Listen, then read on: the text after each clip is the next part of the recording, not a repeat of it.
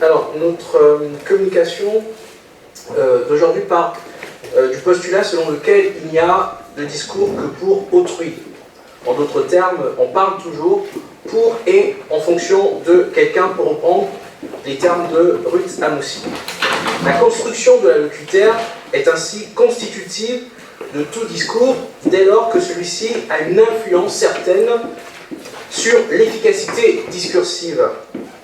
Nous nous interrogeons dès lors sur les véritables destinataires du discours politique gabonais, dans la mesure où ce discours est marqué par la forte prégnance du président gabonais, en l'occurrence Bongo pour ceux qui ne le connaîtraient pas. Cette présence itérative du chef gabonais est d'autant plus marquante que nous nous sommes intéressés aux discours dans lesquels Bongo ne participe pas de la scène d'allocution, en ce sens qu'il ne fait pas partie du public concerné. Au moment où, justement, sont prononcés les discours en question, comme le montrent les termes d'adresse en ouverture et en clôture de ces discours. Notre communication d'aujourd'hui se propose de répondre à une question simple. À qui s'adressent véritablement les énonciateurs des discours politiques gabonais?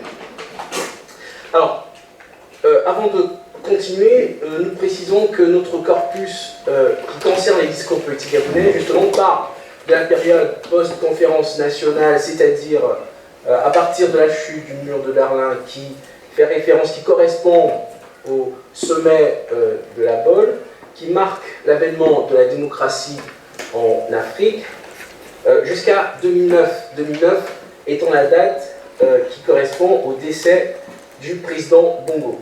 Alors dans ces discours, 89-90. Alors ces discours, il s'agit de discours de ministres, de parlementaires, de députés, etc. Alors pourquoi etc.? Parce que ce sont des discours qui relèvent de ce que Constantin Salavastrou qualifie de porteurs du pouvoir, c'est-à-dire ceux qui exercent des actes de pouvoir, à la différence des destinataires du pouvoir qui sont ceux sur qui, justement, sont exercés ces actes de pouvoir. Charodeau parlera davantage d'instance gouvernante, c'est-à-dire de l'instance politique et de son double antagoniste qui est l'instance adversaire. On retiendra que pour nous, discours politique ici est entendre au sens de Lebas, c'est-à-dire des discours produits par des hommes et des femmes politiques, avec la précision que Charodeau apporte, c'est-à-dire que ce n'est pas tant le discours en lui-même, en tout cas le contenu, mais c'est la situation, c'est le contexte qui le politise. Alors, avant de continuer notre présentation, nous avons voulu faire un bref aperçu historique de ce qu'est le Gabon. Tout le monde ne sait pas toujours qu'est-ce que c'est, où se situe le Gabon. C'est une ancienne colonie française, pays situé en Afrique centrale, indépendance 1960. Vous avez d'autres informations également que vous pouvez découvrir devant vous. Information importante, c'est que Omar Bongo est justement le président, en tout cas était le président du Gabon de 1967 à 2009, qui correspond à une période à peu près de plus de 40 ans. En termes de longévité, par rapport aux dirigeants du XXe siècle, et peut-être un peu en ce début de XXIe, il apparaît en troisième position après la reine Elisabeth II et Fidel Castro. Voici une carte du Gabon que vous avez en face de vous. Et là, vous pouvez voir le Gabon par rapport au reste du monde. Alors, notre méthodologie prend appui, il s'agit de l'analyse du discours, dont Mangono dit qu'elle a la particularité d'être une discipline carrefour. Ici, on fait référence essentiellement à une approche énonciative, argumentative, voire interactionnelle. Il s'agit donc de partir du postulat que le discours n'a de sens concret dans la dimension sociale de son origine.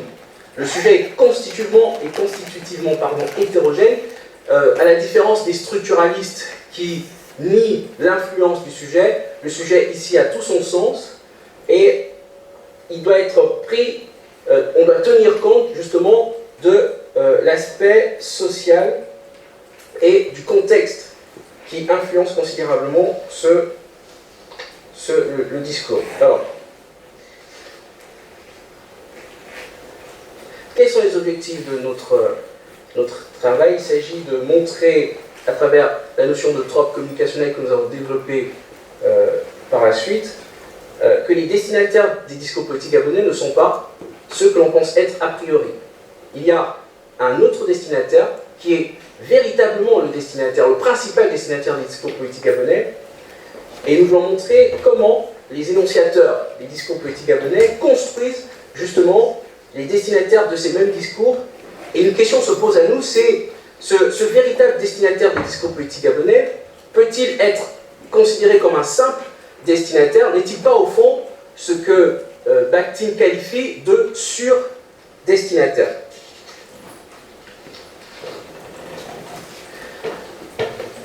Pour commencer notre exposé, nous proposons de discuter de l'instance de réception, autrement dit de discuter de la notion de public, dès lors que nous préférons nous parler de destinataire et d'allocutaire. Puis nous allons discuter de la question du tiers, enfin donner une définition de ce qu'est le surdestinataire. En deux, nous analyserons l'inscription de Bongo dans le discours politique abonné et nous verrons, nous établirons une distinction entre les destinataires directs et indirects.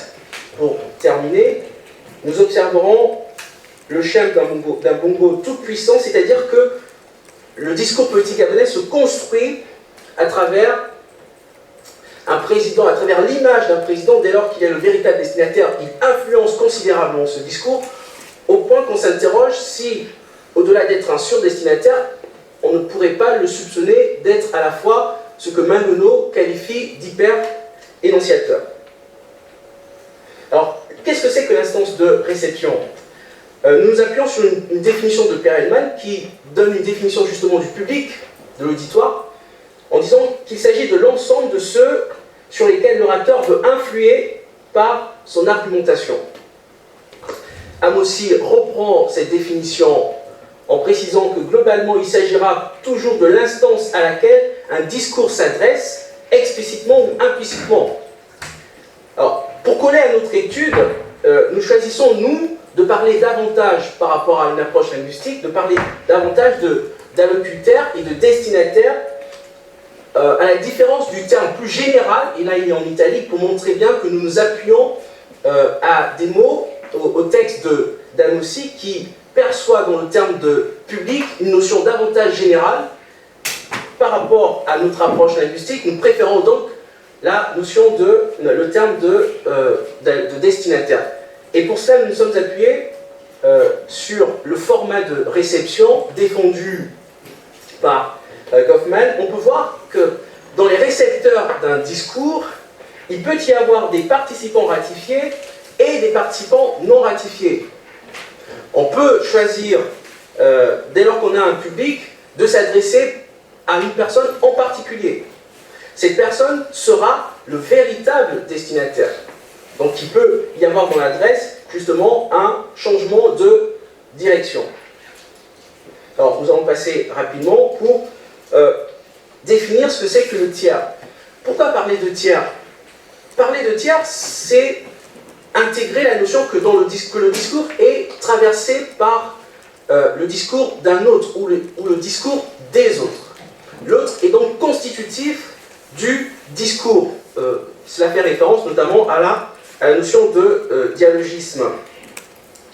Alors, le terme de destinataire est aussi important parce que, comme le dit Kerbrat-Orekeni, il permet de sélectionner, il confirme le principal concerné dans le discours. Le destinataire est ainsi le principal visé. On le voit bien avec la notion notamment de cadre participatif. Et on va le voir par après avec la notion de trope communicationnelle. Mais alors, nous préférons davantage parler de la notion de tiers pour faire référence à ce que dit Bakhtin dès lors que tout discours est traversé par la présence d'un troisième, de ce qu'il appelle un troisième participant. Charodeau parlera dans son ouvrage La voix cachée du tiers, parlera d'un grand tiers, il parlera d'un grand autre qui qui s'inscrit dans le discours, et ainsi il remet en question ce rapport de ce que Kerbrat qualifie de tête-à-tête, d'où sa critique d'ailleurs du schéma de la communication, et il insiste sur le fait que la communication n'est pas seulement un rapport dyadique, mais un rapport triadique. Alors, nous avons ici un exemple du discours politique gabonais, et on voit que notre énonciateur fait référence au président, il rapporte ses propos, et ici on voit que la parole du président est sacralisée.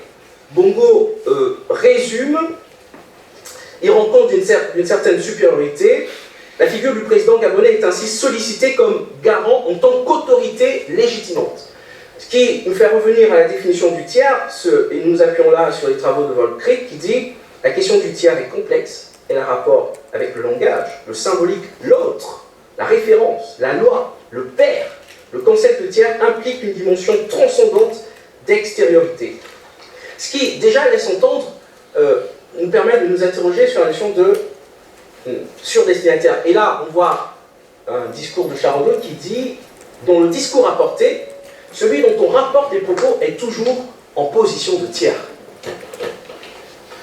Vous avez ici la définition du concept de surdestinataire. Rapidement, on retiendra que tout dialogue se déroule, dirait-on, c'est la team qui parle, en présence du troisième, invisible, doté d'une compréhension responsive.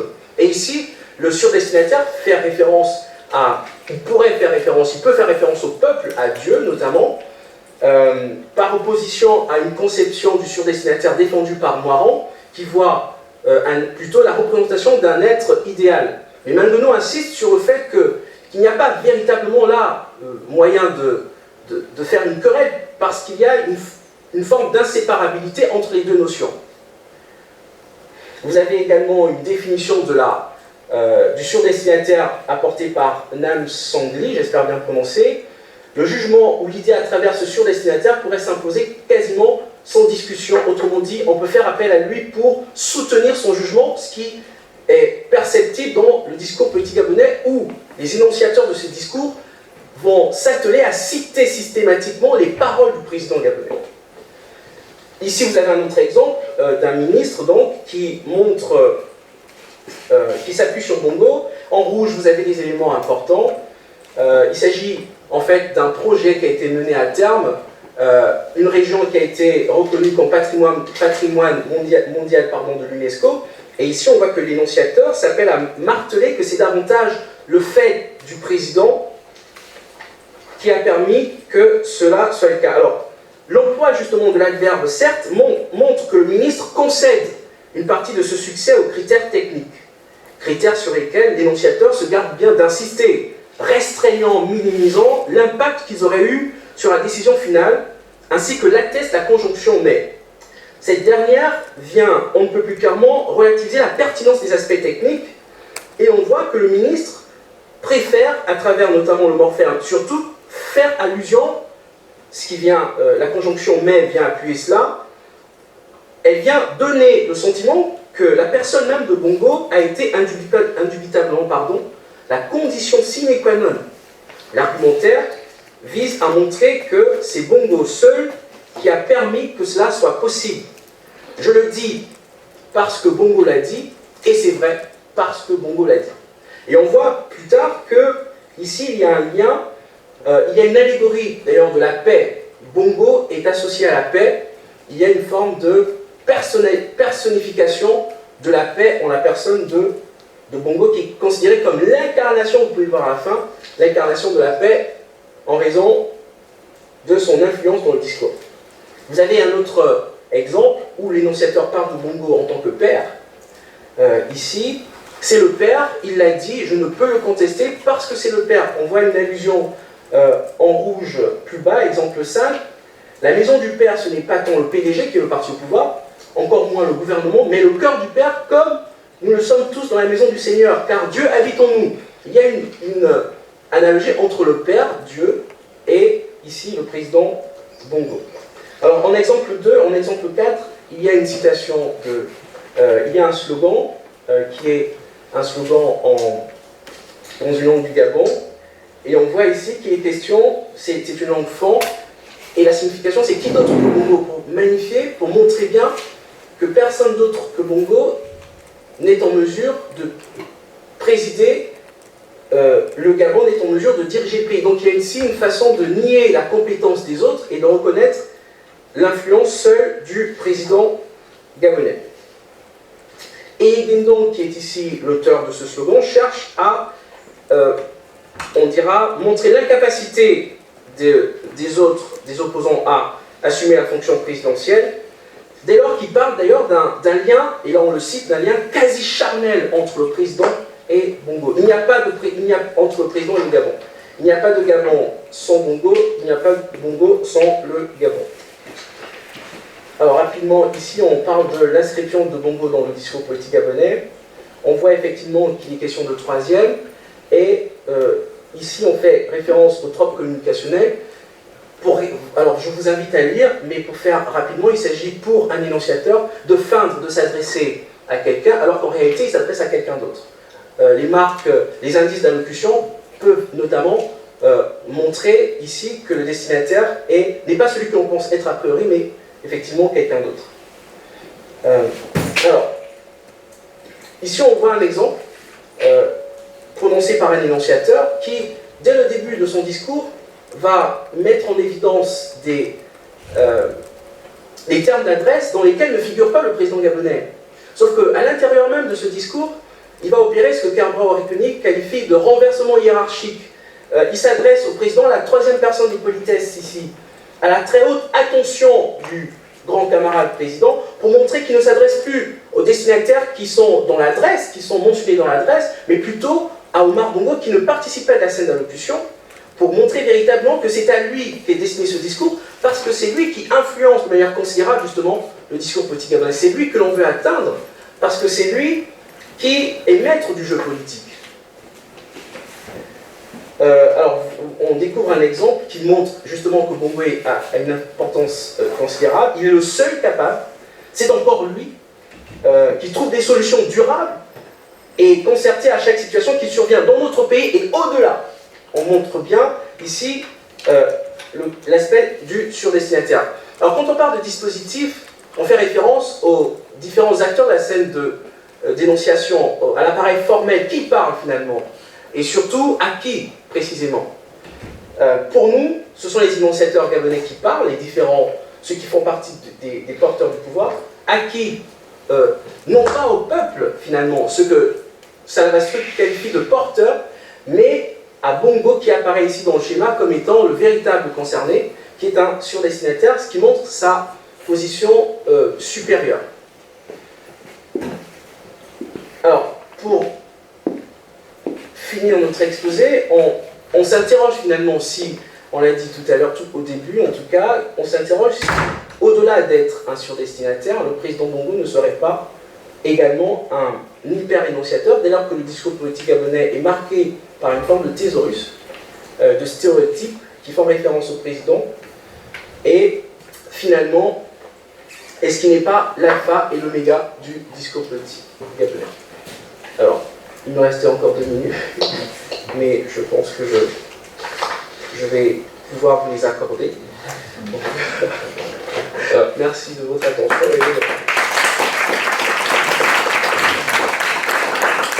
Merci beaucoup Didier, et puis du coup merci d'avoir fini en avance, hein, c'est assez rare pour qu'on le souligne. Donc, si j'essaye de résumer en juste 2-3 mots ce que tu nous dis, c'est qu'en fait là l'analyse du discours, ce qu'elle peut aider à faire quand on se pose la question, alors c'est public, mais en utilisant là, ce concept de surdestinataire, c'est finalement à complexifier l'image qu'on a au public en essayant d'intégrer des personnes, des personnalités qui seraient absentes de la scène. Donc ça peut effectivement aider à diversifier finalement cette approche du public avec cet élément, c'est ça? Tout à fait. À diversifier et à pointer. Alors, je précise que ces personnalités, ces personnes peuvent être absentes de la scène d'énonciation comme elles peuvent être présentes. Elles peuvent être... Ce qui nous intéresse, c'est que Bongo justement est est un surdestinataire, et ce qui est intéressant, c'est que lui, il est spécifiquement absent de la scène d'illustration. Mais effectivement, le terme de destinataire est pour nous intéressant, dès lors que ça permet de préciser, de sélectionner le véritable concerné par le discours. Comme le dit d'ailleurs Kerbrat Torricoani, c'est-à-dire que dans une assistance, dans un public, on peut parler à tous, mais on peut en même temps, dans notre discours, choisir à un moment donné d'indiquer que notre parole concerne davantage une personne. Je peux prendre un exemple en disant, tout le monde a remarqué effectivement que je n'ai pas pu assister malheureusement au début de ce colloque. Là je m'adresse à tous et quelqu'un gentiment a eu l'amabilité de me recevoir et de m'indiquer un certain nombre de choses à faire. Ce quelqu'un, là, je parle, je m'adresse, je fais allusion, j'attire l'attention d'une personne en particulier. C'est ce renversement de situation. Comme on pourrait dire, quelqu'un dans cette salle, finalement, n'a pas pris de dessert. Donc on voit bien que je cible une personne spécifiquement. Merci. Alors, je suis sûr qu'il va y avoir beaucoup de questions, de réactions dans la salle, donc je vous laisse la parole. J'aurai peut-être des questions un petit peu après s'il y a le temps. Voilà. Oui. C'est bon? Voilà. En fait, moi j'aurais deux questions. Alors la première c'est sur le slide, enfin la slide qui est derrière vous, où on parlait de soubassement toxique. Oui. Et du coup, si vous pouviez nous en dire un mot. En fait, c'est montrer que tout discours repose sur un ensemble de stéréotypes. Tout discours repose sur un ensemble de choses ce que Pavot qualifie notamment de pré-discours, c'est-à-dire de choses qui sont établies comme telles, des choses qui font partie de la doxa, ce que Mangono qualifie également de thésaurus, c'est-à-dire d'idées reçues finalement qui vont d'une certaine manière influencer notre discours. Lorsque je prends l'initiative de m'adresser, je suis candidat à une élection présidentielle, je prends l'initiative de me rendre dans un quartier dit à risque ou dans un quartier difficile, je vais adapter mon discours en fonction de cet auditoire-là, en fonction de ce public-là. Si je choisis de me rendre dans un quartier chic de Paris, je vais également adapter mon discours en fonction de cet autre public. Mais cette adaptation qui tient compte de la construction de la locutaire, de la construction du public, va se reposer sur un certain nombre d'idées reçues, justement, qui relèvent de ce qu'on appelle la doxa. Okay. Et la deuxième question que je me posais, c'était justement sur ce fait dans le discours, de faire référence à un tiers absent. Oui. C'est aussi une façon de se mettre en scène et de se positionner dans son énoncé. Ah oui, tout à fait. Donc du coup, qu'est-ce que vous faites Tout à fait. Il peut s'agir de prendre de la distance avec ce tiers que l'on cite. On peut choisir de citer un tiers pour montrer justement qu'on n'est pas d'accord avec lui, comme on peut prendre la décision, enfin prendre la liberté de le citer pour montrer au contraire qu'on le cite et que donc en fonction de ce qu'il est, en fonction de sa notoriété, si on prend la liberté de le citer, c'est pour venir appuyer notre discours en disant « mais vous voyez, j'ai raison, puisque le professeur tel pense pareil, le professeur tel a dit ceci ». Donc ça peut venir également appuyer notre dire. Exactement. Mais je veux dire, au niveau théorique, les outils que vous mobilisez pour travailler sur cette forme de mise en scène, entre guillemets, oui. Ce serait quoi? Je travaille sur déjà la notion de tiers défendue par Mangono, notamment par Kerbrat, Torricoani et Charodot. Je travaille également je m'appuie sur les travaux de Benveniste qui parlent notamment de la non-personne et de tout ce qui a été fait par des auteurs tels que Bali ou Culloli notamment. Merci. J'ai une question. J'ai une question. Est-ce que tu pourrais repréciser la différence entre surdestinataire et hyperénonciateur et peut-être illustrer avec des exemples concrets en situation, parce que je pense que la frontière elle est parfois assez fine et ça dépend de la visée, l'information du discours finalement, parce que donc en hyper-énonciateur, c'est un argument, ça pour valeur un argument d'autorité. Donc je cite Bongo et je me réfère à sa grande sagesse, à ce qu'il représente. Oui. Et donc c'est plutôt du côté de la production et pas forcément du destinataire. Mais après, oui, voilà. C'est davantage du côté de la production. Alors que quand c'est mis... Donc c'est là que je voudrais avoir un peu de précision. Quand c'est un surdestinataire, ça veut dire que on s'adresse à la fois au peuple ou au public du discours, mais on s'adresse aussi à Bongo pour qu'il intervienne. Oui, tout à fait. On s'adresse au public, on s'adresse au peuple, mais véritablement c'est Bongo à qui on s'adresse pour qu'il intervienne, parce qu'on sait qu'il nous écoute finalement. Il y a une forme d'interpellation. Oui, tout à fait, une forme d'interpellation, c'est exactement ça. Est-ce que tu peux revenir sur des exemples pour nous montrer la différence Alors, déjà par rapport à la différence, c'est une interrogation que je me pose, hein. C'est une interrogation que je me pose, d'ailleurs c'est pourquoi j'ai pointé cela en conclusion, c'est que justement pour nous, c'est un surdestinataire parce qu'il s'inscrit dans ce que Bakhtin qualifie justement de tiers supérieur. En cela qu'il est doté d'une compréhension responsive finalement. Il fait référence notamment à Dieu. Il fait référence à Dieu, à une entité supérieure. Tu peux peut-être préciser ce que c'est l'autorité responsive C'est-à-dire que finalement c'est une forme de vérité absolue. C'est une forme de vérité absolue. Je fais référence à lui parce que c'est ainsi, c'est incontestable.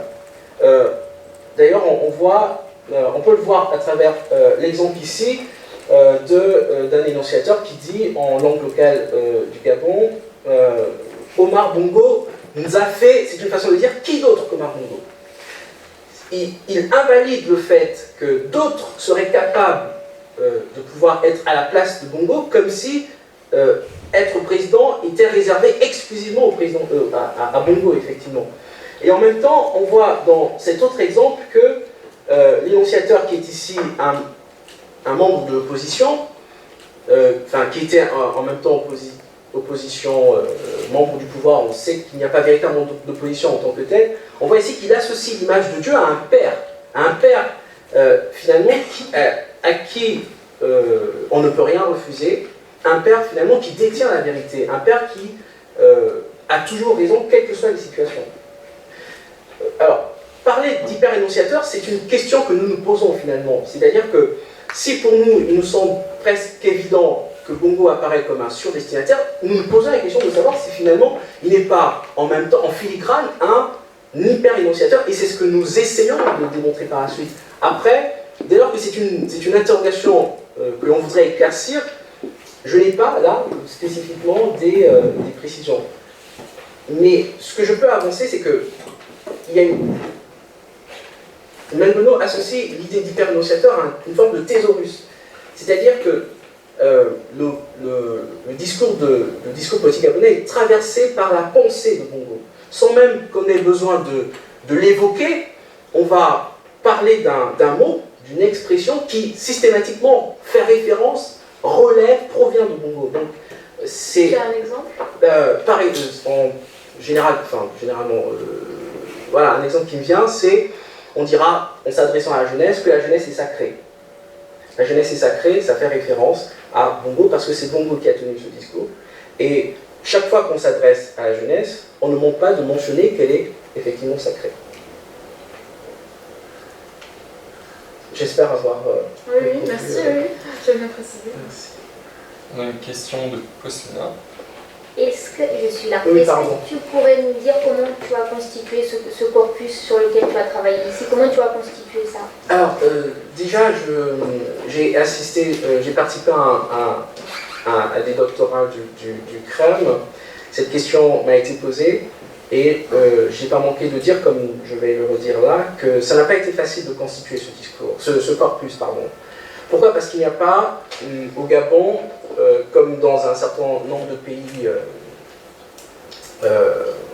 développés, il n'y a pas de structure permettant de pouvoir recueillir ces discours-là.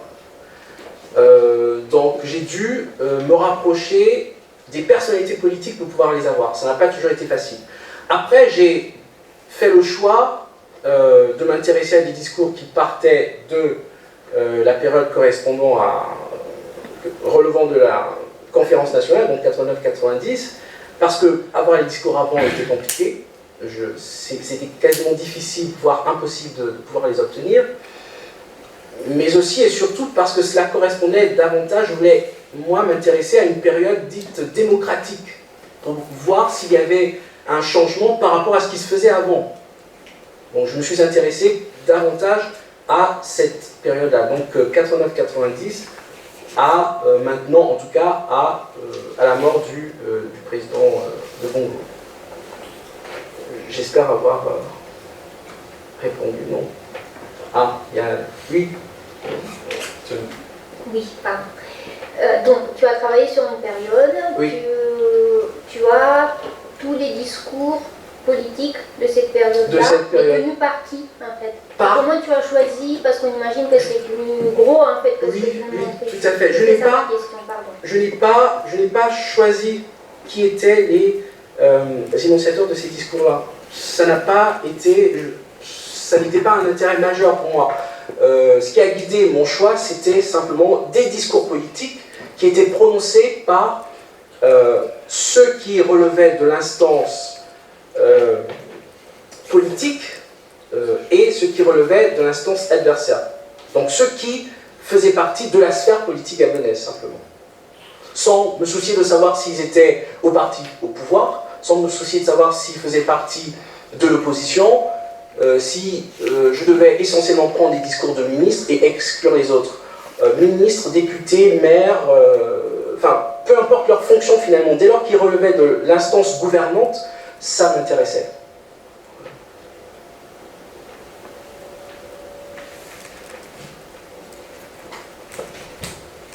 Stéphane? Et puis, je voulais rebondir, t'es maintenant. Oui, ouais, de toute façon, je vais prendre un peu la suite. Si on n'a pas les informations contextuelles sur l'énonciateur, les conditions d'énonciation, du moins si on ne les a pas indexées, pour moi, c'est quand même, il y a une partie du travail qui relève d'une analyse pragmatique au sens linguistique. Il peut y avoir des discours, parce que c'est le parti politique associé, etc., l'énonciateur. Alors, il y a des choses, je me dis, mais en fait, c'est de l'argumentation d'autorité, hein, oui, c'est des choses assez tout à classiques. fait.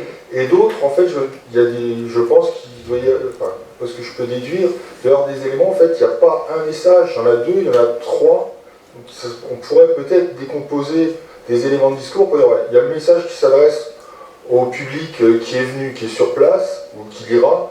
Il y en a un pour le président, l'ancien président, etc., ou les membres du parti qui s'opposent. Enfin, voilà, ça permettrait de classer et d'approfondir l'analyse. Alors, je ne sais pas si tu semblais dire que tu n'avais pas les éléments là pour l'analyser. Ou ça figure quelque part, c'est quand même envisageable. Oui, ça figure quelque part. J'en parle. J'en ai pas fait spécifiquement mention pour pouvoir davantage mettre l'accent sur l'idée principale qui est que je défends et qui apparaît après analyse, après l'observation de ces discours, c'était de mettre essentiellement l'accent sur le fait qu'il y avait un destinataire qui est un autre, qui est un tiers et qui finalement est le principal concerné. Et en filigrane apparaît comme un surdestinataire. Mais dans mon analyse, effectivement, lorsque je parle notamment des termes d'adresse, lorsque je parle également de l'éthos dans le discours politique gabonais, c'est-à-dire de l'image que se font les énonciateurs de ces discours et de l'image justement qui se font de ceux qui participent de l'auditoire, j'évoque effectivement ces arguments qui relèvent du public qui participe de la scène et j'établis une différenciation avec les arguments qui, eux, relèvent davantage de Bongo en tant que tiers dans le discours. Mais c'est vrai que je ne suis pas appesanti, en tout cas, dans cette communication, et mais j'en parle, en tout cas. Et je suis content de voir qu'il y a beaucoup de questions.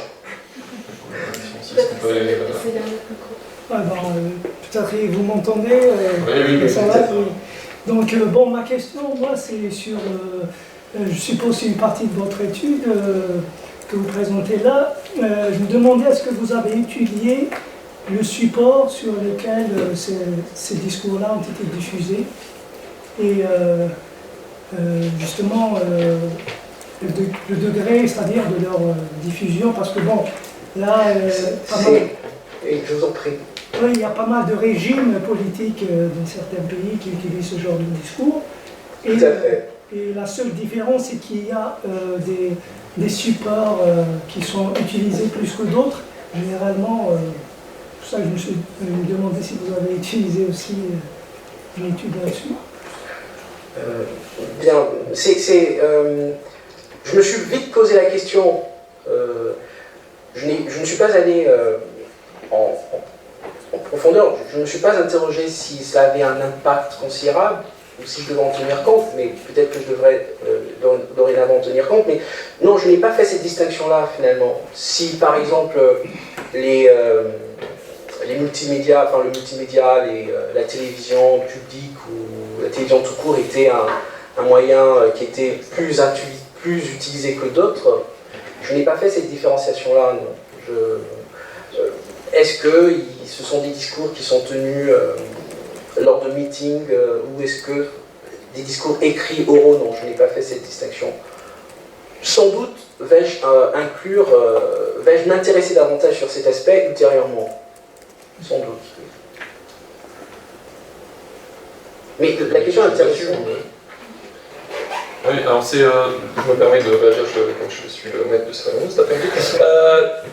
Non, c'est très important parce que, alors, il y a, moi je pense quand même quelque chose là de fondamental dans la manière dont tu as présenté ton exposé, parce que tu t'as dit au début que dans ton approche, tu devais tenir particulièrement compte du contexte. Or, dans tous les exemples que tu nous as présentés, on n'a eu que du texte et jamais de remise en situation de quand le discours a été présenté, qui était la personne qui l'adressait, à qui il l'adressait, comment est-ce que Omar Bongo apparaît là-dedans.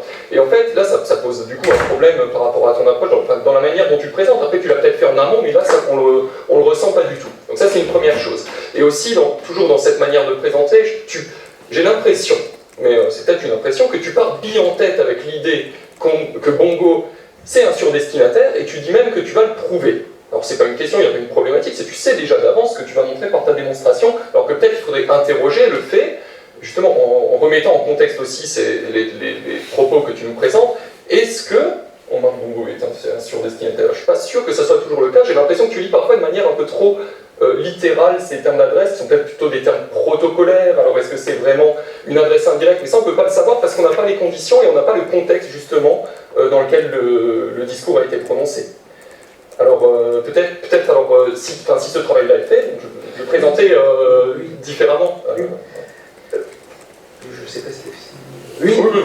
Oui, ce travail est fait. En fait, je montre bien, je décrypte justement le contexte de chacun de ces discours avant de procéder à une analyse. Effectivement, je rappelle qui est l'énonciateur, je rappelle sa fonction. Oui, on l'a pas fait. Non, je suis d'accord. J'ai quand même mentionné un certain nombre d'indices. Hein. Là, par exemple, on voit que l'énonciateur ici, alors vous avez son nom, interviewé par l'agence presse du Gabon. Il fait partie du POUP, parti de l'unité du peuple, etc. Donc, je suis passé assez vite là-dessus, effectivement, parce que j'ai encore la difficulté de gérer véritablement mon temps. Et là, d'ailleurs, ça s'est ressenti, j'ai réussi à être dans les clous. En même temps, justement, j'ai éludé un certain nombre de choses. Sans doute serait-ce intéressant, pertinent de dépasser légèrement, mais de pouvoir inclure. Mais effectivement, dans l'article aussi, comme je les ai tous faits avant de venir, j'avais déjà noté la réflexion, donc on va en discuter. Okay. Oui, alors une dernière question, parce que là on est en train de dépasser l'heure, donc Cosmine, une dernière question. C'est plus une remarque en fait. Moi j'aime beaucoup ces outils qui viennent des théories de l'énonciation, mais je trouve qu'on voit plus facilement comment ils peuvent être féconds et intéressants à mobiliser quand on travaille sur des discours en situation, en fait, quand on a une situation d'échange et que on s'appuie là-dessus pour montrer, je sais pas, parce que là, comme j'ai pas de situation, mais des jeux, je sais pas, des jeux de violence, des jeux de domination, enfin, mais qu'on a vraiment, on a une situation, en fait. Ces discours-là sont pas pris comme ça, piochés à droite à gauche, mais qu'on a une scène, en fait, une scène sociologique et tout s'agence là-dedans. Moi, j'adore ces outils-là, mais je trouve que c'est plus sympa de les utiliser quand on a un autre type de données, en fait. Du coup, bon, voilà, c'est en fonction de l'objet de recherche que tu as. Voilà. Je m'arrête là, peut-être. Voilà. Toute dernière remarque de Nathalie qu'on ne peut pas lui refuser, c'est celle de la chaîne. Donc au début, tu parlais de l'efficacité discursive. Donc on a bien compris dans ton exposé. Et je me demandais si tu avais développé aussi dans tes travaux toute une réflexion sur l'adhésion, la crédibilité, la persuasion. Donc là, ce serait plutôt du côté de l'hyper-énonciateur. Hein, voilà. Et ce qui me paraît assez intéressant dans les exemples que tu nous as montrés, c'est comme un brouillage entre la visée de crédibilité et la visée de captation. Donc Charaudeau, il présente dans les discours médiatiques cette distinction entre la visée de captation qui vient en concurrence avec la visée de crédibilité. Et il les met en lien avec des enjeux démocratiques. Et là, donc, tu t'intéresses à une période donc, que tu as dit dite démocratique. Oui. Et donc c'est intéressant de voir finalement que dans ce discours, à la fois l'image de Bongo, ça vient renforcer la crédibilité de la personne qui énonce le discours. Et ça vient aussi capter, j'imagine, l'image. Donc c'est comme s'il fédérait un peu toutes les visées. Exactement. Et donc voilà, je me disais, comme tu as cité Charaudeau, est-ce que tu allais aussi dans ce sens-là ou pas? Oui, tout à fait. Tout à fait. Et par rapport justement à l'efficacité discursive, j'en tiens compte notamment lorsque j'évoque la notion d'éthos des énonciateurs des discours politiques qui vont renvoyer une image d'eux, mais qui en même temps vont tenir compte de l'image du public, donc des allocuteurs, mais aussi et peut-être surtout de celle de Bongo qui influence considérablement ce discours. Donc effectivement, je crois qu'on a parlé de discours d'autorité, effectivement, il rend compte de la crédibilité des énonciateurs. Donc, je travaille davantage cet aspect dans ce chapitre-là, sur l'éthos. Et qui fait du côté de la réception. Oui.